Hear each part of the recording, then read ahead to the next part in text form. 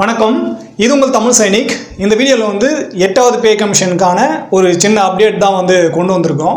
அது என்னன்னு பார்த்தீங்கன்னா, ஃபிட்மென்ட் ஃபேக்டராக கொடுத்தா சம்பள உயர்வு வந்து எவ்வளோவா இருக்கும்.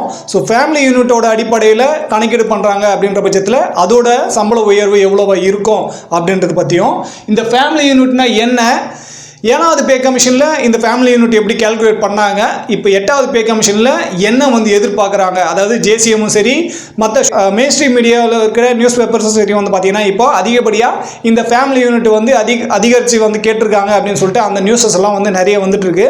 அதுக்கான நியூஸ் கார்டும் வந்து இப்போ நீங்கள் பார்த்துட்ருக்கீங்க. ஸோ இந்த அடிப்படையில் ஃபேமிலி யூனிட் 5ஆக எடுத்து கணக்கீடு பண்ணுறாங்க அப்படின்ற பட்சத்தில் ஃபிட்மென்ட் ஃபேக்டர் வந்து என்னவா அமையும், அது மூலிமா ஒரு அரசு ஊழியரோட மினிமம் பேசிக் பே வந்து என்னவா இருக்கும் அப்படின்றத பற்றி தான் இந்த வீடியோவில் ஒரு சின்ன கேல்குலேஷனை டீட்டெயில்டாக வந்து பார்க்க போகிறோம். ஸோ இந்த வீடியோ வந்து 8வது பே கமிஷன் பற்றி பேசுறதுனால ஒரு சிலருக்கெல்லாம் 8வது பே கமிஷன் இன்னுமே இம்ப்ளிமெண்ட் பண்ணலை, இது பற்றி எந்த ஒரு அறிவிப்பும் வரல, நீங்கள் ஏன் இதெல்லாம் பேசுகிறீங்கன்னு சொல்லிட்டு அந்த மாதிரி ஒரு சந்தேகம் வரலாம். ஸோ அந்த மாதிரி உங்களுக்கு தோணுது அப்படின்னாக்கா இந்த வீடியோ வந்து இங்கே ஸ்கிப் பண்ணிவிடுங்க. 8வது பே கமிஷனை பற்றி உங்களுக்கு இன்ஃபர்மேஷன் வேணும் அப்படின்னு நினைக்கிறவங்க மட்டும் இந்த வீடியோவை கண்டினியூவாக வந்து வாட்ச் பண்ணுங்கள். ஸோ இந்த வீடியோ பார்க்குறதுக்கு முன்னாடி என்னோட வேண்டுகோள் என்னென்னா, முதல் முறையாக நம்மளோட சேனல் பார்க்குறவங்களும் சரி, அதே போல் இது வரைக்கும் சேனலை சப்ஸ்கிரைப் பண்ணாதவங்களும் சரி, தயவு செஞ்சு சேனலை சப்ஸ்கிரைப் பண்ணியும் நம்ம சேனலில் இருக்க வீடியோவை பென்ஷனருக்கு ஷேர் பண்ணியும் பென்ஷனருக்கும் சேனலுக்கும் உங்களோட சப்போர்ட்டை வந்து கொடுங்க.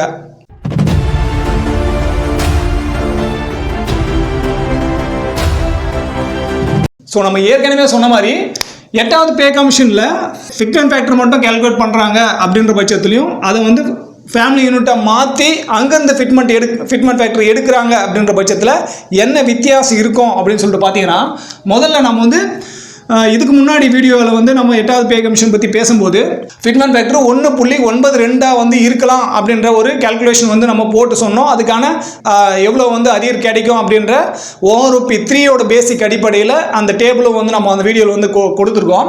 ஸோ இந்த 1.92 வந்து நம்ம ஃபிட்மென்ட் ஃபேக்டரை வந்து எடுத்திருக்கோம். இது வந்து தோராயமான என்னோட கேல்குலேஷன் தான். இது வந்து கவர்மெண்ட் இன்னும் ரெக்கமெண்ட் பண்ணலை, கமிட்டியும் ரெக்கமெண்ட் பண்ணலை, கவர்மெண்ட்டும் அப்ரூவல் கொடுக்கல. ஸோ இங்கே எல்லா சோஷியல் மீடியாவும் சரி, அதே போல் மெயின் ஸ்ட்ரீம் மீடியாவும் சரி, ஃபேமிலி யூனிட் வந்து 5 வந்து கொடுக்கணும் அப்படின்னு சொல்லிட்டு கேட்டிருக்காங்க. இது 7வது பே கமிஷனில் இந்த ஃபேமிலி யூனிட் வந்து எவ்வளோ வந்து எடுத்தாங்க அப்படின்னு சொல்லிட்டு பார்த்தீங்கன்னா, ஒரு குடும்பத்தில் 3 நபரோட கணக்கீடு படி தான் அங்கே வந்து எடுத்திருந்தாங்க. ஸோ அதனால தான் 7வது பே கமிஷனில் மினிமம் பேசிக் பே வந்து 18,000 வந்து நிர்ணயிச்சாங்க. ஸோ அது வந்து ஒரு ஆளுக்கு 6,000 ஒரு மாதத்துக்கு வந்து செலவாகிற மாதிரி. இதில் வந்து அடிப்படை தேவை என்னெல்லாம் இருக்கோ அது எல்லாமே பூர்த்தி ஆகிற மாதிரி ஒரு நபருக்கு 6,000. அப்போ 3 நபர் எடுத்தாச்சுனாக்கா அங்கே வந்து 18,000 வந்து மினிமம் பேசிக் பே வந்து நிர்ணயிச்சு அங்கேருந்து அதோட கேல்குலேஷன் வந்து எடுத்தாங்க. இது வந்து 7வது பே கமிஷனோட கேல்குலேஷன். இப்போ 8வது பே கமிஷனில் 3லிருந்து 5 வந்து உயர்த்தி கேட்குறாங்க. ஸோ இது வந்து லாஸ்ட்டாக கூட நம்மளோட டிஃபென்ஸ் மினிஸ்டர்லேருந்து ஒரு ப்ரெஸ் ரிலீஸ் வந்து கொடுத்துருக்காங்க. அதாவது குவார்ட்டர்ஸ் அலாட்மெண்ட்டில் வந்து பெற்றோரையும் அதே போல் குழந்தைங்களையும் சேர்த்து குவார்ட்டர்ஸ் வந்து அலாட்மெண்ட் பண்ணணும் அப்படின்ற அப்டேட்டை வந்து கொடுத்துருக்காங்க. ஸோ இது வந்து ஃபேமிலி யூனிட்டை வந்து அதிகரிக்கிறதுக்கான ஒரு ப்ரெஸ் ரிலீஸாக தான் நம்ம வந்து பார்க்குறோம் இதை. ஸோ இது மட்டும் இல்லாமல் ஜேசிஎம்மும் சரி, மற்ற மத்திய அரசு சார்ந்திருக்கிற ஊழியர்களோட கமிட்டியும் சரி, ஃபேமிலி யூனிட்டை வந்து அதிகரித்து கொடுக்கணும் அப்படின்ற அந்த கருத்தை வந்து நிறைய வந்து முன்னெடுக்கிறாங்க. ஸோ அந்த அடிப்படையில் ஃபிட்மென்ட் ஃபேக்டர் 1.92 இருந்தாலும், அதே போல் ஃபேமிலி யூனிட்டு 5 வந்து எடுத்தாலும், ஸோ மினிமம் பேசிக் பே குறைந்தபட்ச ஒரு அரசு ஊழியரோட அடிப்படை ஊதியம் வந்து என்னவா இருக்கும் அப்படின்னு சொல்லிட்டு பார்த்தீங்கன்னா, இந்த 1.92 எடுத்தால் 34,560 ரூபா வந்து இருக்கும். ஸோ இது வந்து 7வது பே கமிஷனில் 18,000 வந்து இருந்தாச்சு. ஸோ இப்போ வந்து இதை 34,560 ரூபாயை வந்து மாற்றுவாங்க.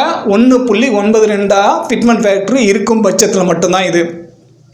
ஸோ இதுவே இங்கே 5 ஃபேமிலி யூனிட்டாக வந்து எடுத்தது அதோட அடிப்படையில் கேல்குலேட் பண்ணுறாங்க அப்படின்ற பட்சத்தில் ஒரு அரசு ஊழியர் அடிப்படை சம்பளம், அதாவது இது வந்து பே லெவல் 1ல் இருக்கிறவங்கள பற்றி நம்ம பேசுகிறோம்.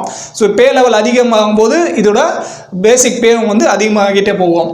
ஸோ அந்த மாதிரி இருக்கும்போது 5 ஃபேமிலி யூனிட்டோட கணக்கீடு பண்ணுறாங்க அப்படின்ற பட்சத்தில் 51,480 ரூபா வந்து கிடைக்கிறதுக்கான வாய்ப்பு இருக்குது, ஃபேமிலி யூனிட்டோட அடிப்படையில் கேல்குலேட் பண்ணுறாங்க அப்படின்ற பட்சத்தில்.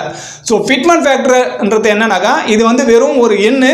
ஸோ ஒரு நம்பர் ஒன்று கொடுக்குறாங்க, இது வந்து ஆல்ரெடி நம்ம என்ன பேசிக் வாங்கிட்டு இருக்கோமோ அந்த பேசிக் பேவை கொடுக்குற நம்பரோட நம்ம வந்து மல்டிப்ளை பெருக்கி ஆச்சுனாக்கா வர அமௌண்ட் தான் இந்த ஃபிட்மெண்ட் ஃபேக்டர். ஃபேமிலி யூனிட் முறையில் வந்து கணக்கீடு பண்ணுறாங்க அப்படின்ற பட்சத்தில் அது வந்து ஒரு குடும்பம் அவங்களோட வாழ்வாதாரத்தை அவங்களுக்கு தேவையான அடிப்படை தேவைகளை பூர்த்தி பண்ணிக்கிட்டு இந்த ஜனநாயக நாட்டில் அவங்க வந்து சரியான முறையில் அவங்களோட குடும்பத்தை ரன் பண்ணுறதுக்கான தேவையான ஒரு தொகை தான் இந்த ஃபேமிலி யூனிட். இது வந்து அக்ராய்டு ஃபார்முலா மூலமா இது சயின்டிஃபிக்காக வந்து இது கால்குலேட் பண்ணி எடுக்கிறாங்க.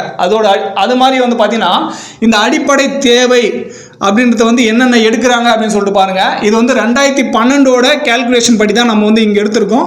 ஸோ 2012க்கும் இப்போ 2026க்கும் கிட்டத்தட்ட 14 வருஷம் வந்து கலந்தாச்சு. ஸோ இதோட தேவை வந்து இன்னுமே அதிகரித்து கூட இருக்கலாம். ஸோ உணவு வந்து பார்த்தீங்கன்னாக்கா 2700 கலோரி வந்து ஒரு தனிநபருக்கு வந்து வேணும். அதே போல் உடை வந்து பார்த்தீங்கன்னா 72 மீட்டர் வந்து ஒரு ஆண்டிற்கு வந்து வேணும். இது வந்து அடிப்படையான அத்தியாவசியமானது. இதுக்கு மேலேயும் அவங்க வந்து பயன்படுத்திக்கிறாங்கன்ற பட்சத்தில் அது தனிநபரோட அவங்களோட வருமானத்துக்கு தகுந்தாப்புல வந்து பொருந்தும். ஆனால் அந்த அக்ராய்டு ஃபார்முலா படி ஒரு தனிநபருக்கு அடிப்படையான உரிமையை இவங்க வந்து சொல்லியிருக்காங்க. ஸோ உடை வந்து 72 மீட்டர் வந்து ஒரு ஆண்டுக்கும், இதர மற்றும் வாடகை. இங்கே உணவு உடை கிடைச்சா மட்டும் பத்தாது, அவங்களுக்கு இருக்கிறதுக்கு வந்து இருப்பிடமும் வேணும். ஸோ அதுக்கும் சரி. அதே போல் மற்ற வாழ்க்கையை நடத்துறதுக்கான அந்த உபகரணங்கள்லாம் இங்கே வந்து நம்ம இதரன்னு எடுத்திருக்கோம். ஸோ இது வந்து 30%லேருந்து 45% வந்து அவங்களோட சம்பத்துலேருந்து செலவழித்துக்கான வாய்ப்பு வந்து இருக்குது. வாடகை, மருத்துவம், கல்வி, போக்குவரத்து இதெல்லாம் சேர்ந்து தான் இந்த இதர மற்றும் வாடகை. ஸோ இதெல்லாம் வந்து பார்த்தீங்கன்னா அவங்களோட சம்பத்தில் 30%லேருந்து 45% வந்து இருக்கலாம் அப்படின்ற அடிப்படையில் தான் 51,480 ரூபா வந்து கொண்டு வந்திருக்காங்க. ஸோ இந்த அடிப்படையில் அதாவது 1.92 வந்து ஃபிட்மெண்ட் ஃபேக்டர் வந்து நிர்ணயிச்சு அதோட அடிப்படையில் சம்பளம் வந்து உயருது அப்படின்னாக்கா அதோட உயர்ற பர்சன்ட் வந்து பார்த்தீங்கன்னா 92% வந்து சம்பளம் வந்து அதிகமாகும். ஸோ இதுவே ஃபேமிலி யூனிட்டோட அடிப்படையில் 5 வச்சு 51,480 ரூபா வந்து கொடுக்குறாங்க மினிமம் பேசிக்கு. ஸோ இங்கே வந்து 166% வந்து சம்பளம் வந்து அதிகரிக்கும். ஸோ இந்த 51,480 ரூபா வரதுக்கான ஃபிட்மெண்ட் ஃபேக்டர் பார்த்தீங்கன்னாக்கா 2.86 வந்து இருக்கும். ஸோ போன பே கமிஷனில் 2.57 வந்து இருந்தாச்சு. ஸோ இப்போ வந்து அது 2.86 ஆகிறதுக்கான வாய்ப்பு எப்போ இருக்கும் அப்படின்னாக்கா இந்த ஃபேமிலி யூனிட் அடிப்படையில் கால்குலேட் பண்ணி ஒரு மனிதருக்கும் அடிப்படை தேவையை வந்து பூர்த்தி பண்ணுற அளவுக்கு இவங்க வந்து கொடுக்குறாங்க, ரெக்கமெண்ட் பண்ணுறாங்க கமிட்டி. அதை வந்து கவர்மெண்ட் அப்ரூவல் பண்ணுறாங்க அப்படின்ற பட்சத்தில் மட்டும்தான் இது வந்து சாத்தியமே. ஸோ இந்த ஃபிட்மெண்ட் ஃபேக்டர்ன்றது கவர்மெண்ட் வந்து ஒரு எண்ணை வந்து கொடுக்குறாங்க. ஸோ அதோட அடிப்படையில் நம்மளுக்கு வந்து சம்பளம் கணக்கீடு பண்ணுவாங்க.